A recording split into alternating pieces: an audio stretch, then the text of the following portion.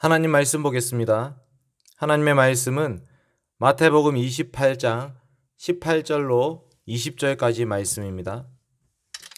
마태복음 28장 18절부터 20절까지 말씀입니다. 예수께서 나와 말씀하여 이르시되 하늘과 땅의 모든 권세를 내게 주셨으니 그러므로 너희는 가서 모든 민족을 제자로 삼아 아버지와 아들과 성령의 이름으로 세례를 베풀고 내가 너희에게 분부한 모든 것을 가르쳐 지키게 하라. 볼지어다 내가 세상 끝날까지 너희와 항상 함께 있으리라 하시니라. 아멘. 사랑하는 고신대학교 신학과 학생 여러분, 반갑습니다. 저는 포항에서 SFC 간사로 섬기고 있는 공경민 목사라고 합니다. 오늘 이렇게 말씀으로 봉사의 기회를 주시며 진심으로 감사드립니다. 오늘 말씀은 예수 그리스도께서 부활하신 이후에 제자들을 부르셔서 그 11 제자에게 특별히 하신 말씀입니다. 오늘 말씀 16절에 이렇게 되어 있습니다.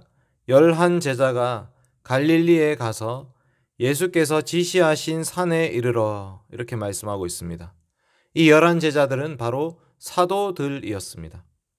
주님의 몸된 교회의 기초가 되어야 될 그 사도들, 이 사도들에게 주신 명령이 오늘 말씀입니다. 그러니 오늘 이 말씀은 철저히 교회의 직분자들에게 주신 말씀이라고 볼 수 있습니다. 우리는 이런 관점에서 예수님이 지금 무슨 말씀하시는 것인지 한번 살펴보려고 합니다. 오늘 설교의 주제는 우리는 예수 그리스도의 나라를 세워가야 한다입니다. 우리는 예수 그리스도의 나라를 세워가야 합니다. 대지는 첫째, 그 나라의 왕이 누구시냐? 그리고 둘째, 그 나라의 백성들은 누구이며 어떻게 불러 모으는가? 마지막으로 그 나라의 영광은 무엇인지에 대해서 한번 살펴보고자 합니다. 첫째로 그 나라의 왕에 대해서 한번 살펴보겠습니다. 여러분, 마태복음은 예수 그리스도께서 유대인의 왕, 우리의 왕이시다라는 말씀입니다. 마태복음 1장은 유대인의 왕으로 나신 이가 어디 계시뇨라는 질문으로 시작되고 있습니다. 그래서 마태복음 1장의 족보도 다윗의 자손 예수 그리스도의 계보라라고 말씀합니다. 마태복음은 예수님이 어떤 왕으로 오셨는지, 어떻게 왕이 되셨는지를 보여주는 말씀입니다. 우리가 잘 알듯이 예수님은 십자가를 통해서 왕이 되셨습니다. 섬기는 종의 자리, 그 중에서도 가장 낮은 자리에 들어가심으로써 진짜 왕이 되신 것입니다. 그게 바로 오늘 말씀의 선포입니다. 하늘과 땅의 모든 권세를 내게 주셨으니, 하나님 아버지께서 모든 권세를 아들 예수 그리스도에게 부어 주셨습니다. 마귀 사탄이 예수님을 시험할 때 이렇게 얘기하죠. 네가 나에게 절을 하면 천하 만국을 너에게 다 주겠다. 그러나 예수님은 이 마귀 사탄의 꾀임에 빠져넘어가지 않았습니다. 묵묵히 자기 길을 걸어가셨습니다. 그 길은 고난의 길이었습니다. 사람들로부터 조롱받는 길이었습니다. 그리고 배신당하는 길이었습니다. 예수님의 제자들이 모두 따라가는 길이었습니다. 그리고 예수님은 홀로 남겨지셨습니다. 심지어는 하늘 아버지로부터 버림받아야 되는 길이었습니다. 예수님은 십자가에서 홀로 외로이 쓸쓸하게 하나님과 사람들의 저주를 한 몸에 다 담당하시며 죽으셔야 했습니다. 그 길의 끝에 드디어 오늘 왕좌에 오르신 것입니다. 오늘 말씀은 예수 그리스도께서 왕이 되셨다는 말씀입니다. 그 나라의 백성들이 이제 불러 모으려고 하십니다. 두 번째 대지, 그 나라의 백성들입니다. 이제 예수님의 제자들은 그 나라의 백성들을 불러 모아야 합니다. 그러므로 너희는 가서 모든 민족을 제자로 삼으라 이렇게 말씀합니다. 여기 주 동사는 제자를 삼으라 라는 말씀입니다. 제자를 삼으라. 예수님은 지금 제자들을 파송하시면서 너희가 가서 제자를 삼으라. 어디에서 어떻게 제자를 삼는단 말입니까? 모든 민족에게 가라고 말씀하시죠. 예수님 마태복음 10장과 15장에서는 이렇게 말씀하셨었습니다. 예수님은 잃어버린 집, 이스라엘 집에 잃어버린 양 외에는 보내심을 받지 않았다고 말씀하셨습니다. 오히려 이스라엘 집에 잃어버린 양에게로 가라. 나는 이스라엘 집에 잃어버린 양 외에는 다른 데로 보내심을 받지 아니하였노라 하시니. 아멘. 그런데 오늘 말씀에서는 달라졌습니다. 이스라엘 집에 잃어버린 양을 넘어서 모든 민족, 모든 족속에게로 나아가라고 말씀하십니다. 하나님의 구원 역사는 예루살렘과 유대를 넘어서 사마리아와 땅끝까지 이르러야 합니다. 사도들은 바로 그 사명을 부여받았습니다. 이제는 예루살렘에 유대인들에게만 머물러 있을 수 없습니다. 유대와 사마리아와 땅끝까지 가야 되는 것입니다.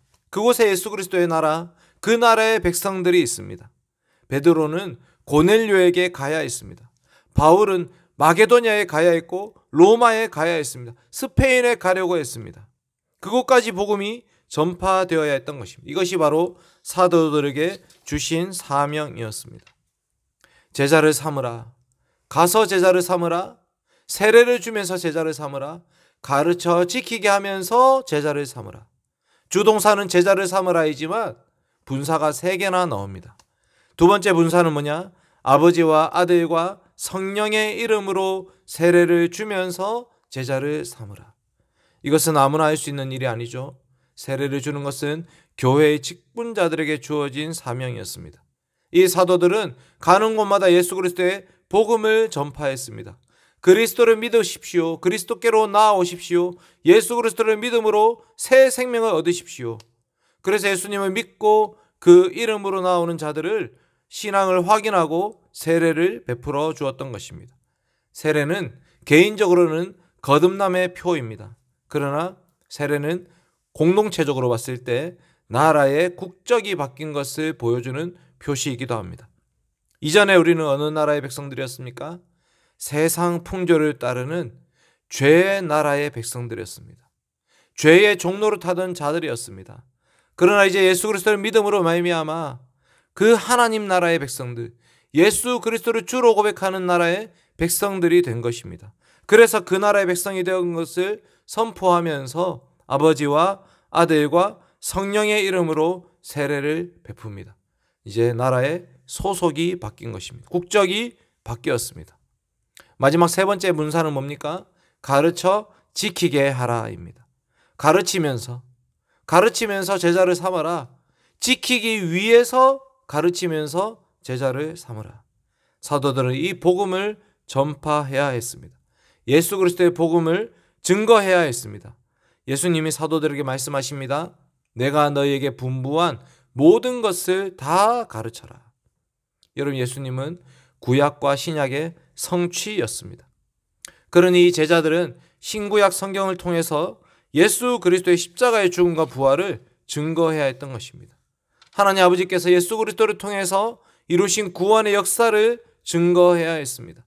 그리고 삼위 하나님께서 자기 백성들에게 요구하시는 하나님 나라의 의무, 그 나라 백성들의 의무를 가르쳐 주어야 했습니다. 우리는 하나님에 대해서 무엇을 믿을 것과 하나님께서 우리에게 요구하시는 의무, 그것을 성경을 통해서 배우는 것입니다. 이 제자들, 사도들은 이 말씀을 언약 백성들에게 가르쳐야 했습니다. 그러나 단지 지식적인 가르침으로 끝나면 안 됩니다. 그 가르침은 삶을 바꾸는 가르침이어야 합니다. 가르쳐 지키게 하라. 디모데후서 3장 16절에 말씀합니다. 모든 성경은 하나님의 감동으로 된 것으로 교훈과 책망과 바르게 함과 의로 교육하기에 유익하니. 교훈할 뿐만 아니라 책망을 합니다.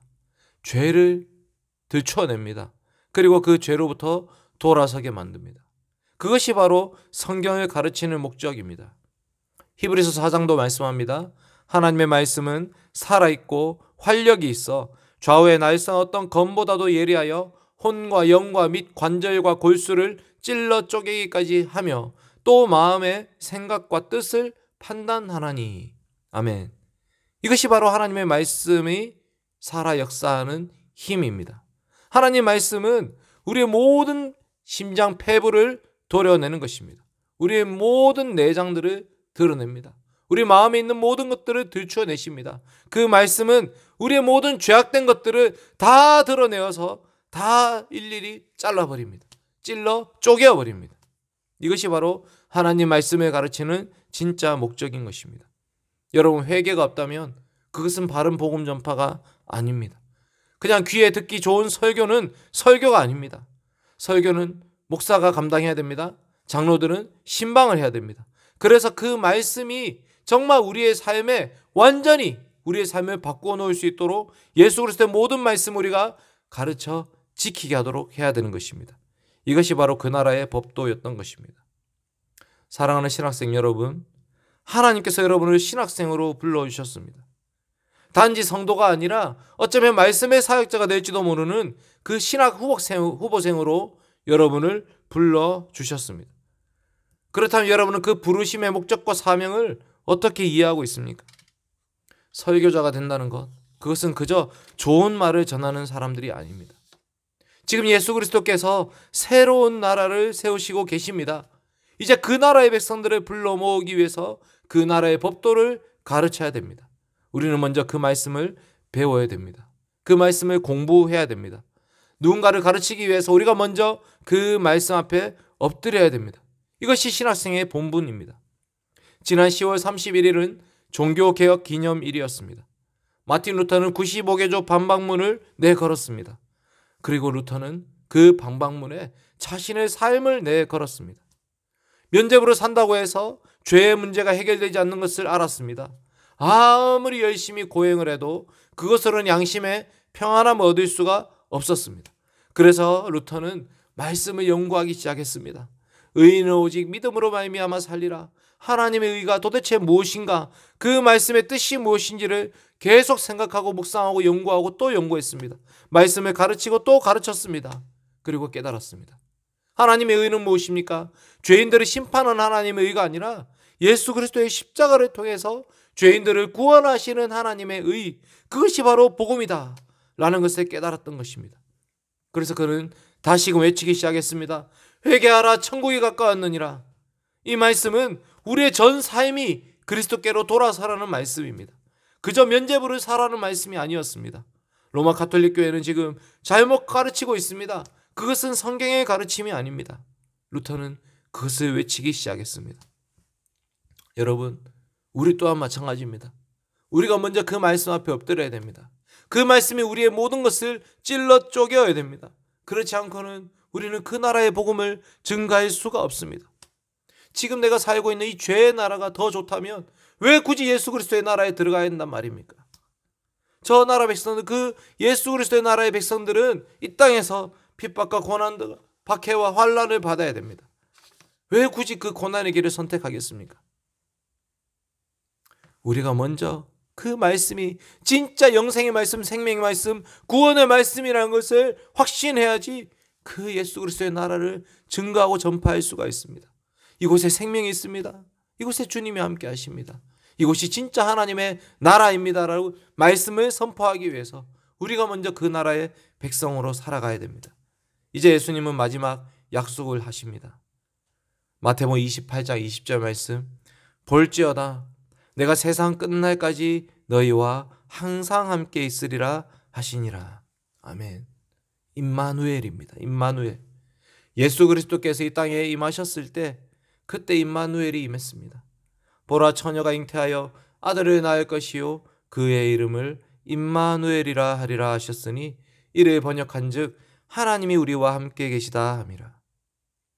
예수님께서는 그 마태복음 1장의 임마누엘의 약속을 다시 선포하시는 것입니다.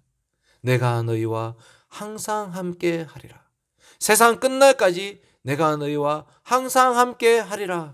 어떻게 이루어집니까? 성령 하나님의 임재를 통해서, 오순절에 성령 강림하심을 통해서 제자들에게는 그리스도의 영, 예수의 영이 임하였습니다. 오직 성령이 너희에게 임하시면 너희가 권능을 받고 예루살렘과 온 유대와 사마리아와 땅 끝까지 이르러 내 증인이 되리라 하시니라. 성령 하나님은 예수 그리스도를 가르쳐 주시는 영이십니다. 예수 그리스도의 가르침, 예수 그리스도의 말씀, 예수 그리스도가 누구신지를 보여주는 그 말씀을 성령님께서는 증거하십니다. 성령님께서 우리 가운데 임재하셨습니다. 성령님이 함께 하시면 우리는 평안할 수 있습니다. 성령님이 함께 하시면 우리는 담대할 수 있습니다. 성령님이 함께 하시며 우리는 복음을 증거할 수 있습니다. 대적하는 저들과 맞서 싸울 수 있습니다. 왜냐하면 우리 주 예수 그리스도께서 우리와 함께 하시기 때문입니다. 우리 하나님 아버지는 우리를 고아와 같이 내버려 두지 않으실 것입니다. 여러분, 지금 신학생 가운데 사역을 하시는 분들이 계실 것입니다. 교회에서 전도사로 사역하는 것이 너무나 힘들죠. 힘듭니다. 정말 성경도 잘 모르고 있는 우리들을 통해서 저 어린 영혼들을 먹여야 되고 수많은 교사들과 함께 그 일을 감당해야 되고 그 교사들의 회의 그리고 부모님들의 그 등살, 이 신학생들이 그 길을 걸어가려고 할 때에 정말 수많은 핍박과 고난과 환란이 있습니다. 우리 신학생들이 바른 말씀을 증거하려고 할 때에 그 말씀대로 교회를 세워가려고 할 때에 많은 어려움이 있을 것입니다. 그러나 그때 주님이 말씀하십니다. 볼지어다 내가 너희와 함께 있으리라. 그 길이 비록 고난의 길, 십자가의 길, 순교자의 삶이라 하더라도 괜찮습니다. 주님이 함께 하시기 때문입니다. 이게 바로 그 나라의 영광입니다. 사랑하는 여러분, 예수님이 새로운 나라를 시작하셨고 이제 그 나라는 이 땅 가운데 이루어졌습니다. 그게 바로 교회입니다. 예수 그리스도의 나라가 교회를 통해서 이 땅에 이루어지고 있습니다. 이 땅에 교회가 세례를 주는 것은 바로 하나님 나라의 백성들을 불러 모으는 것입니다. 이 땅의 교회가 설교라는 것은 하나님 나라의 백성들에게 하나님 나라의 법도를 가르치고 있는 것입니다.